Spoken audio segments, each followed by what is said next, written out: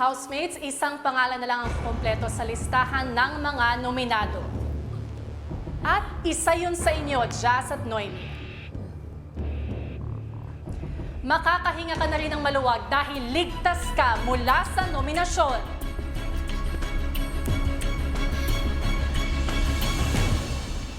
Jazz, you are safe. That means, Noemi, you are nominated this week. Love you. You guys. It's okay. Love you, Mother dear.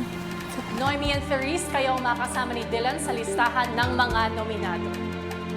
Sa puntong ito, bibigyan ko kayo ng pagkakataon para manawagan sa taong bayan kung bakit kayo ang karapat-dapat nilang iligtas. Uunahin natin ikaw, Dylan. Sa mga gusto pong sumuporta sa akin at sumusuporta na ngayon, maraming salamat po sa inyong lahat. Hindi ko na po pahahabain. Gusto ko lang maipakita sa inyo na hindi man ako perpekto pero nagtatry ako to fit and para mas makatulong sa loob ng bahay. Maraming salamat. Thank you, Dylan. Ikaw naman, Therese. Yes po. Hi everyone. Thank you first of all sa support.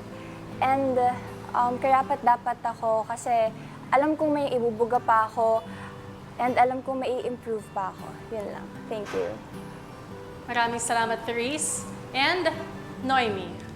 Nanawagan po ako sa inyong lahat na I hope that you will give me a chance.